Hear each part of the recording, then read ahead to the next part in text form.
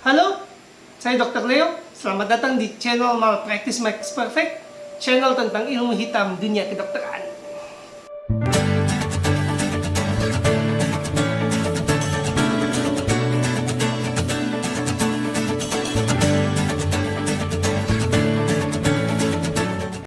Menunda alteplase. Ketika nyawa manusia lebih murah daripada 2 ekor sapi. To the point aja, obat stroke di 3 jam pertama itu cuma satu, alteplase. Bukan yang lain, alteplase. Itu aja. Kenapa bukan streptokinase lebih murah, risiko pendarahan 10%? Kenapa bukan urokinase, risiko pendarahan otak 2% sampai 3%? Kenapa bukan tenecteplase? Penelitiannya tidak cukup seluas alteplase. Jadi obatnya apa? Alteplase. Harganya berapa? Butuh 2 vial, 1 vial sekitar 15 juta. Jadi 2 vial sekitar 30 juta. 2 ekor sapi. Jadi kalau pasien mati karena nggak dapat alteplase, ya nyawanya di bawah 2 ekor sapi. Jadi kalau kamu perlu sekolah 300 tahun untuk tidak memberikan alteplase kepada pasien dengan gejala stroke, CT scan tidak ada pendarahan, tidak ada kontraindikasi, nilai NIHSS-nya di atas 5. Kamu kurang cerdas, kamu mungkin butuh sekolah lagi. Atau kamu sengaja membahayakan nyawa orang sakit.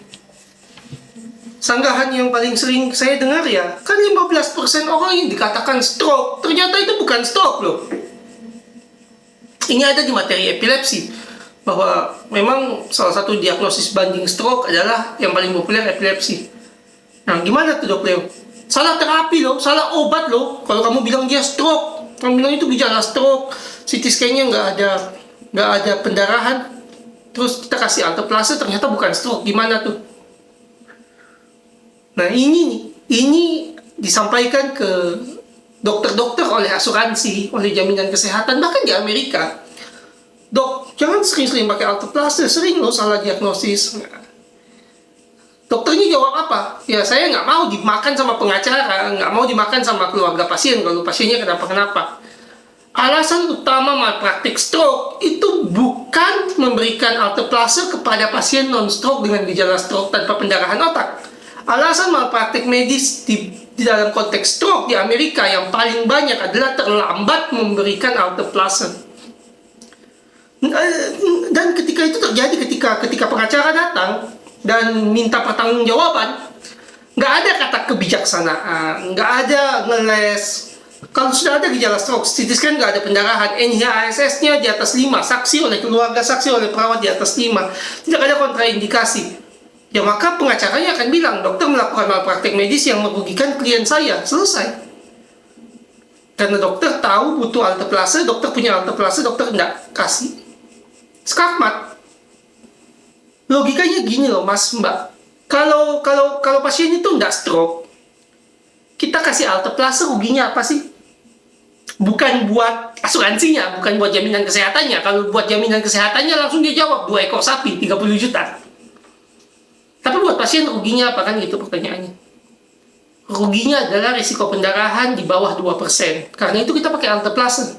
Kalau kita pakai streptokinase terus dia pendarahan otak, kena lagi malpraktik medis. Kita pakai urokinase, pendarahan otak, kena lagi malpraktik medis. Karena kan itu 2 obat sudah diketahui mengakibatkan pendarahan otak. Stroke, sumbatan pembuluh darah meningkatkan risiko pendarahan otak. Jadi kamu ngapain kasih obat yang meningkatkan risiko cacat gitu jadinya argumennya mereka. Kalau mereka maju dengan malpraktik medis. Jadi tetap benar alteplase. 15 juta per vial, butuh 2 vial 30 juta, 2 ekor sapi.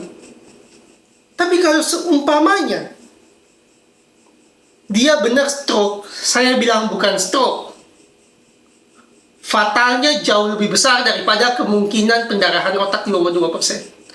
Dia cacat seumur hidup. Dia mati.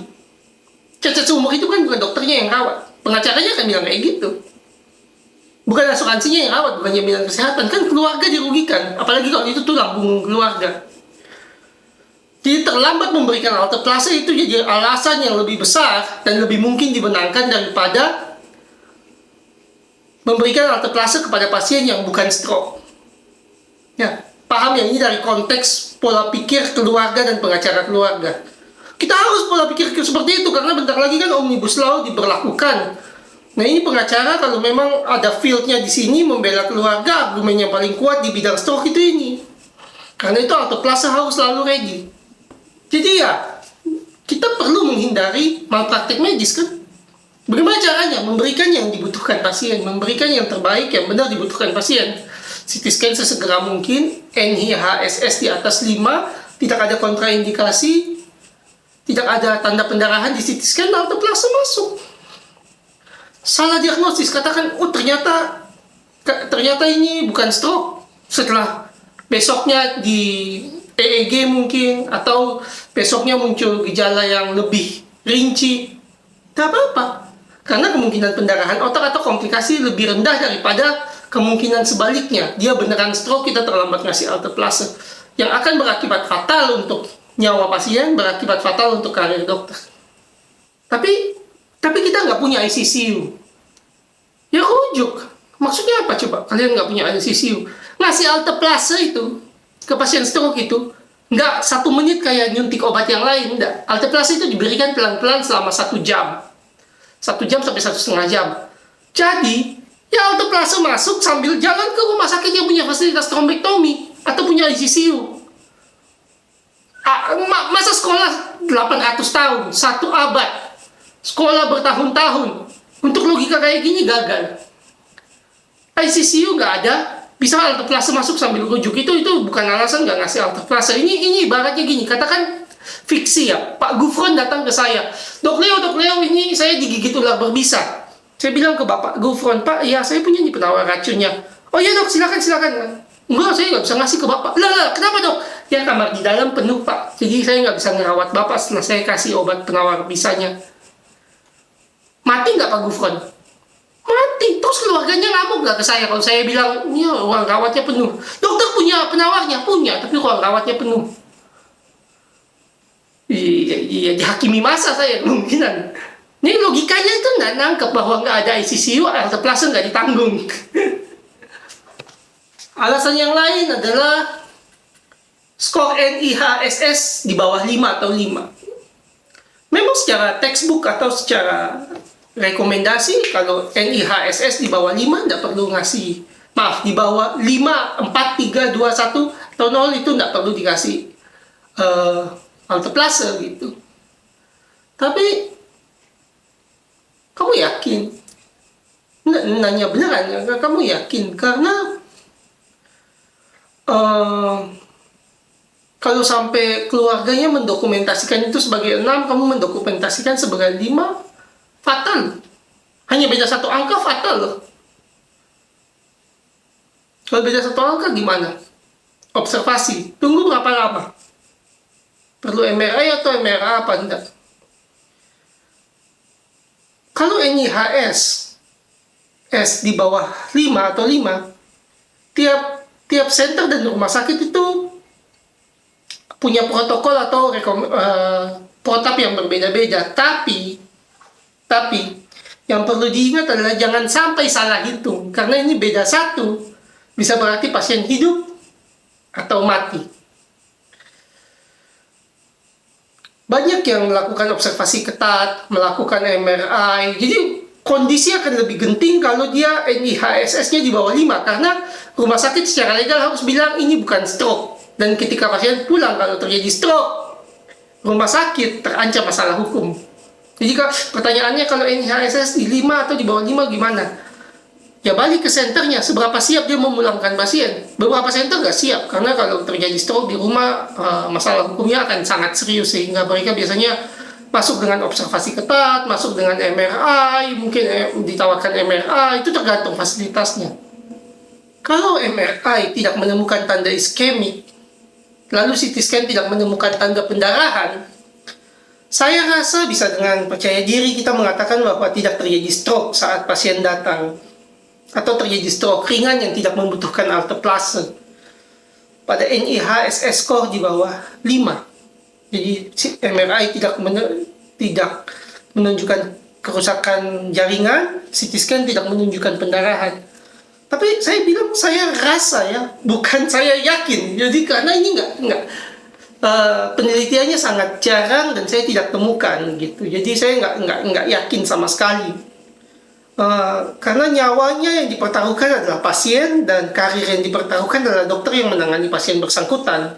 Jadi saya nggak bisa bilang yakin ini jalannya harus kemana. Tapi saya rasa kalau MRI-nya sudah tidak ada tanda iskemik, tidak ada tanda kerusakan, dan CT scan tidak menunjukkan tanda pendarahan, kemungkinan bukan stroke.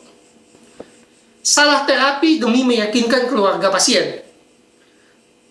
Terapi salah itu bisa kita definisikan sebagai terapi yang diberikan sebelum waktunya, terapi yang diberikan meskipun tidak dibutuhkan pasien, atau dijelaskan sebagai terapi yang bukan perannya. Nomor 3 ini penting loh. Jadi seumpamanya saya kasih kamu obat, saya bilang ini terapi utama padahal bukan terapi utama, itu salah juga. Dalam konteks stroke nanti akan saya jelaskan. Yang masuk dalam kategori ini adalah infus dan oksigen, aspirin dan clopidogrel, piracetam dan citicoline, captopril dan amlodipin atau nicardipin. Saya akan jelaskan satu-satu bahwa ini merupakan terapi yang bisa disalahgunakan. Jadi nggak selalu terapi yang salah, tapi rawan untuk disalahgunakan dalam konteks penanganan stroke. Karena manfaat terapi-terapi ini sebenarnya dalam 3 jam pertama, kita bicara 3 jam pertama, sangat terbatas. Pertama, infus dan oksigen. Ya. Ini merupakan terapi yang masuk kategori tidak dibutuhkan banyak pasien stroke. Beberapa pasien stroke akan butuh, umpamanya pasien dengan COPD, stroke, pasien dengan kanker paru, stroke, ya butuh kemungkinan oksigen kan, lalu saturasi oksigennya jatuh. Tapi pada banyak pasien, oksigen nggak dibutuhkan. Kalau dia datang tanpa oksigen, saturasinya di atas 95%, aman. Di textbook di atas 94%, berarti 95, 96, 97, 98, 99, itu aman. Tidak perlu oksigen. Kemudian infus. Infus juga kan gunanya apa coba? Kalau infus dibilang, oh infus ini supaya naikin cairan, apa pasien butuh peningkatan cairan. Kalau pasien datang dehidrasi, stroke butuh. Ada loh pasien yang dehidrasi lalu mengalami stroke, ya butuh infus. Tapi kalau enggak, ngapain? Kenapa? Bahaya infus dan oksigen ini jelas karena kalau di daerah CT scan nggak ada, alteplase nggak ada, nekat terima pasien stroke, modal kita ya infus sama oksigen, taruh di ruang rawat, tunggu mati, terus kita klaim. Nah, itu berbahaya. Itu meyakinkan pasien dan keluarga seakan-akan infus dan oksigen berguna. Nah, Dok Leo ini sok tahu lah. Kamu kan kalau mau masukin obat alteplase gitu kan pakai infus. Dia bisa diberikan waktu alteplase mau masuk. Bisa memberikan alteplase pakai wing needle. Kalau ada central access bisa central access. Nah, masalahnya di mana? Nah, maksudnya infus itu nggak harus segera. Yang harus segera CT scan. Infus dan oksigen ini sering dipakai untuk meyakinkan pasien miskin di daerah terpencil bahwa rumah sakit telah melakukan sesuatu pertolongan. Bukan cuma pada kasus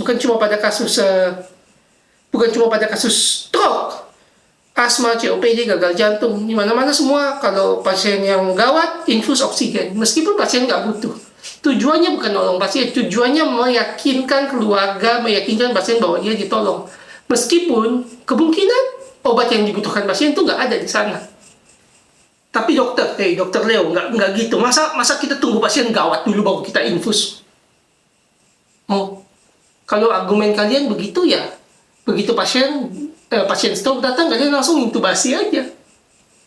Kan pasien stroke juga mengalami ancaman jalan napas. Bukan cuma ancaman sirkulasi yang butuh infus. Kenapa nggak kalian intubasi? Kenapa enggak? Ya pertama ya pasiennya nggak nyaman. Kedua, ya biayanya 250.000. Pipa endotrakealnya tuh harganya sekitar 200.000 di luar jasa dokter. Sedangkan kalau infus modalnya cuma 20.000. Ya bedanya itu. Jadi jangan dong pakai argumen tunggu gawat baru pasang infus. Kapan sih pasien hipertensi, pasien stroke itu shock di 3 jam pertama? Berapa banyak sih? Gak banyak. Kalau dia memang mau dimasukin obat, ada risiko shock, silakan. Tapi lagi, kita nggak bilang infus itu pertolongannya saat 3 jam pertama. Karena pertolongannya sebenarnya adalah CT scan. Sama juga kayak oksigen. Oksigen kan taktiknya sama kayak infus. Pasien itu nggak butuh oksigen. Saturasinya atas 95%. Dipasang juga oksigen. Buat apa? Oh, otaknya kekurangan oksigen. Kenapa? Tersumbat. Kenapa bukan sumbatannya kamu angkat? Kenapa kamu pasang oksigen? Gak bisa jawab. Karena sebenarnya oksigen kalau sudah di atas 94%, pasien nggak butuh suplementasi oksigen. Malah kalau pasiennya COPD yang kena stroke, itu bisa jadi gangguan. Karena otak pusat kontrol karbon dioksidanya dan oksigennya terganggu, ditambah stroke terganggu. Mengganggu fungsi otak tersebut kemungkinan. Jadi yang dikejar bukan itu. Yang dikejar bukan infus oksigen. Yang dikejar paling awal adalah CT scan. Murah dan meyakinkan keluarga bahwa kita coba menolong supaya nggak viral, supaya nggak dibilang dokter sama perawat nggak melakukan apa-apa. Padahal ya kalau nggak ada CT scan dan alteplase ya sama dengan tidak melakukan apa-apa. Salah terapi yang lain adalah aspirin dan clopidogrel. Nah ini yang salah terapi yang kita katakan dijelaskan sebagai sesuatu yang bukan peranannya. Ada 3 kesalahan fatal memberikan clopidogrel dan aspirin kepada pasien stroke di 3 jam pertama. Kesalahan ringan. Kesalahan ringan aspirin dan clopidogrel diberikan adalah bahwa aspirin dan clopidogrel ini bermanfaat untuk mencegah stroke susulan dan diberikan bisa sesingkat-singkatnya 12 jam setelah gejala. Jadi nggak langsung, tapi 12 jam setelah gejala. Ini ibarat apa? Ibarat obat pencegahan kita kasih ke sebagai obat pengobatan. Kita kasih clopidogrel dan aspirin, kita jelaskan ke keluarga, Bapak Ibu, ini obat supaya sumbatan di otak teratasi. Itu udah bohong kalau aspirin dan clopidogrel dipakai. Itu ibarat pemadam kebakaran ngasih apa ke pemilik rumah terus bilang, Bapak ini supaya rumahnya padam apinya. Ya nggak mungkin padam, kalau rumahnya udah kebakar kita pakai apar kan nggak akan berhasil. Apar itu kan untuk alat pemadam api ringan kan untuk mencegah api kecil. Sama seperti clopidogrel dan aspirin, dia mencegah, tapi kalau sudah terjadi dia nggak mengobati. Untuk mengedukasi bahwa itu mengobati ya udah salah, udah bohong. Kesalahan ringan tapi itu, kesalahan sedang dari pemberian aspirin dan clopidogrel adalah kalau aspirin diberikan bersamaan dengan alteplase, resiko pendarahan naik meskipun manfaat tidak dapat. Jadi tidak ilmiah. Itu kesalahan yang sedang.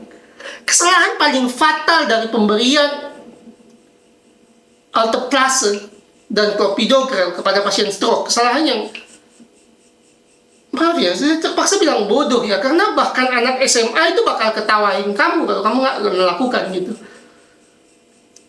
Karena itu dokter memberikan tablet yang meningkatkan risiko tersedak kepada pasien yang punya gangguan menelan. Itu kalau di palang merah udah salah. Itu ibarat ngasih makan orang dengan gangguan jalan napas. Ini dokter ngasih tablet ke orang yang punya resiko gangguan jalan napas. Itu nggak usah jadi dokter buat tahu salah. Itu mah anak SMA yang ikut palang merah tahu salah. Ini kesalahannya fatal gitu. Ini kesalahannya fatal dan saya pernah melakukan atas instruksi, tapi tetap setelah saya pikir-pikir itu bodoh banget gitu. Kok bisa-bisanya gitu seorang yang sekolah 6 tahun jadi dokter, belajar selama untuk mendedikasikan dirinya terhadap airway breathing circulation, ngasih obat tablet ke pasien dengan gangguan menelan. Itu salah, itu salah. Itu bahkan anak SMA tahu salah. Ya? Jadi clopidogrel, aspirin, captopril, amlodipin itu nggak boleh diberikan pada pasien yang sedang mengalami stroke. Apapun alasannya. Kenapa? Karena dia bisa tersedak dengan obat-obat itu. Kalau dia tersedak ya mati. Matinya bukan karena stroke-nya, tapi karena dokternya ngasih obat yang mengancam jalan napas. That's new kind of stupid. Jadi kalau kamu dapat aspirin dan clopidogrel di 3 jam pertama di UGD, kamu bisa yakin itu salah terapi. Yakin. Captopril, amlodipin, nicardipin. Ini obat-obatan yang bertujuan menurunkan tekanan darah. Nah, jadi kalau kita mau ngasih alteplase, tekanan darah itu perlu di bawah 185/110. Kalau tekanan darah di atas itu biasanya kita akan pakai nicardipine. Sekarang udah ada generiknya 25.000, jadi sepertinya hampir semua RSUD udah punya. Yang jadi masalah adalah kita nggak boleh edukasi ini sebagai upaya menyembuhkan stroke-nya. Yang menyembuhkan stroke-nya alteplase. Kalau kita hanya ngasih obat untuk nurunin tekanan darah dengan alasan hipertensi emergensi, sebenarnya kita melakukan kesalahan etik. Kita melanggar dua hal, beneficial dan non-malefficience, prinsip praktek kedokteran. Beneficial artinya apa? Dokter harus memahami bahwa tindakan yang dilakukan kepada pasien itu bermanfaat. Jadi kalau saya melakukan sesuatu ke kamu, saya harus bisa menjelaskan manfaatnya. Non-malefficience atau do no harm. Dokter tidak boleh melakukan tindakan yang tidak diketahui bahayanya atau diketahui jelas bahayanya. Nah, dalam konteks stroke 3 jam pertama, memberikan obat menurunkan tekanan darah tanpa memberikan alteplase, itu melanggar dua-duanya. Manfaatnya kita nggak tahu, kita turunkan aja tekanan darahnya. Itu manfaatnya nggak tahu, karena kan obat yang benar nggak dapat pasiennya. Alteplase nggak kasih kan manfaatnya udah nggak diketahui. Nurunin tekanan darah buat apa? Tuh pasien mati kalau nggak dapat alteplase. Kemudian non-malefficience, kita melanggar etik non-malefficience karena dengan menurunkan tekanan darah tanpa memberikan alteplase, kita tidak mengetahui bahayanya apa ke otak. Karena ada teori yang bilang bahwa ini adalah kompensasi badan supaya tekanannya tinggi dan otak yang tersumbat itu masih bisa dapat tekanan cukup supaya darah bisa tetap mengalir. Tapi lagi, itu hanya teori. Kita benernya nggak ada penelitiannya, karena penelitiannya jadi tidak etis. Karena pasien butuh alteplase, kamu nggak kasih, kamu malah turunkan tekanan darah yang bahayanya tidak diketahui. Bahaya tindakan tersebut tidak diketahui. Jadi penting komunikasi ketika menurunkan tekanan darah pasien, apa tujuannya, manfaatnya, dan risikonya. Kalau ada alteplase masuk, ya risikonya kita turunkan supaya manfaatnya adalah risiko pendarahan turun, kan gitu. Bahayanya apa? Bahayanya pendarahan itu yang mau kita cegah. Tapi jelas harus alteplase masuk, bukan cuma sekedar turunkan tekanan darah. Jadi penting kita bilang, kita komunikasikan ke pasien tujuan obat yang kita berikan dalam konteks stroke. Karena kalau kita tidak jelaskan, ada kesan bahwa semua obat yang saya sebutkan tadi itu menolong pasien stroke, padahal tidak. Yang terjadi di daerah atau di kota, namun dengan pembiayaan fraud adalah ya misleading ke pasien, bahasa kasarnya ya bohong.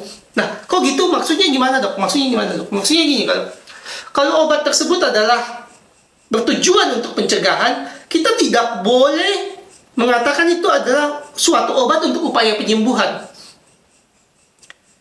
Nah, bayangkan, balik lagi ke konteks pemadam kebakaran. Saya suka membandingkan profesi dokter dengan pemadam kebakaran karena menurut saya gampang dianalogikan. Bayangkan rumah Anda terbakar besar, terbakar hebat, Anda panggil pemadam kebakaran. Pemadam kebakaran datang, dia bilang, oh ibu ini ada smoke detector ini. Saya pasang ya di rumahnya ibu untuk memadamkan api. Nah, saya tanya, pemadam kebakarannya bohong nggak? Dalam konteks kebakaran, smoke detector berguna nggak? Berguna untuk pencegahan kebakaran. Tapi kalau dia pasang smoke detector waktu rumah terbakar, apalagi dia pemadam kebakaran, dan dia jelaskan bahwa itu sebagai upaya memadamkan api, jelas dia bohong. Lie yang direct, udah bukan lie by omission lagi. Itu si pemadam kebakaran jelas bohong di depan pemilik rumah yang lagi terbakar. Sama, jadi waktu terjadi stroke, aspirin clopidogrel, infus oksigen, menurunkan tekanan darah, itu semua berguna. Saya nggak bilang nggak berguna dalam konteks stroke, tapi waktunya tidak 3 jam pertama. Bukan itu yang didahulukan, gitulah. Dan bukan itu yang dikomunikasikan sebagai upaya menyembuhkan. Mau pasang infus ya, kita bilang kalau kita masukkan alteplase ya akan lewat infus ini, ibu. Yang ngerti dia bahwa itu bukan upaya nolong, bukan upaya menolong yang utama, gitulah kira-kira bahasa lebih sopannya, bukan yang dibutuhkan secepatnya dalam 3 jam pertama stroke. Terakhir, sitikolin dan piracetam. Ya, pada kasus-kasus lain selain stroke 3 jam pertama, mungkin di rehabilitasi stroke, mungkin di kasus-kasus dengan fibrosis, mungkin dua obat ini efektif. Tapi tidak pada stroke di 3 jam pertama. Ya lagi saya terus bilang 3 jam pertama, karena ini guidelines-nya atau rekomendasinya sudah sangat jelas. Bahwa 3 jam pertama, itu tidak ada obat yang terbukti membantu melindungi saraf kalau alteplase nggak diberikan. Jadi, citicoline dan piracetam pada 3 jam pertama stroke tidak bermanfaat. Pada rekomendasi Jepang, itu kita bisa lihat bahwa rehabilitasi stroke dilakukan dengan edarafon dan ibudilas. Tapi lagi penelitiannya masih terbatas. Bagi yang sedang rehabilitasi pasien stroke, mungkin ini berguna. Tapi lagi, bahkan edarafon dan ibudilas yang dipakai selama rehabilitasi tidak diberikan di 3 jam pertama stroke. Artinya apa saya bilang kayak gitu? Citicoline, piracetam, ibudilas, edarafon bukan obat untuk 3 jam pertama stroke. Obatnya cuma satu, apa? Alteplase. Harganya berapa? 30 juta, 2 ekor sapi. Saya harus menjelaskan obat-obatan dan prosedur seperti infus, oksigen, clopidogrel, aspirin, dan menurunkan tekanan darah. Bukan bertujuan untuk bilang bahwa oke, semua ini salah. Jangan pasien stroke dikasih infus, oksigen, menurunkan tekanan darah, piracetam, citicoline, bukan. Atau aspirin, clopidogrel, bukan.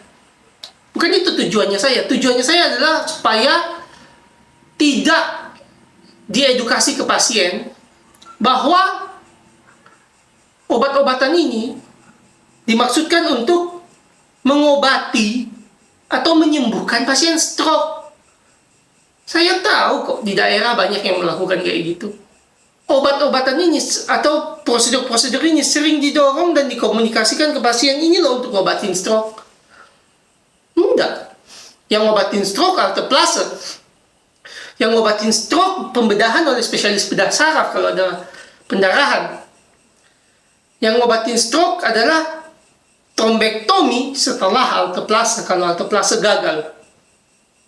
Bukan infus, bukan oksigen, bukan clopidogrel aspirin, bukan menurunkan tekanan darah, dan bukan piracetam dan citicoline. Mereka membantu, ya. Tapi mereka akan sia-sia kalau alteplase tidak masuk, dan bila alteplase gagal, mereka nggak akan guna. Yang guna adalah trombektomi. Nah, kita akan masuk ke trombektomi, yaitu prosedur di mana kita mengambil paksa sumbatan di pembuluh darah. Kadang-kadang alteplase gagal. Nah, alteplase gagal, sumbatannya kita ambil pakai alat. Disebut trombektomi. Selama 3 tahun terakhir, saya ini percaya pada hoax atau pola pikir yang salah, yang bodoh. Saya waktu itu baca guidelines 2018. Saya pikir trombektomi atau upaya mengangkat sumbatan dengan alat ini adalah sesuatu yang advance, canggih, mutakhir. Ternyata di rekomendasi 2019, 1 tahun setelahnya yang saya baca baru kemarin, trombektomi ini bukan sesuatu yang sangat mutakhir. Karena kalau alteplase gagal, ternyata opsinya adalah trombektomi yang dikerjakan 6-24 jam setelah gejala.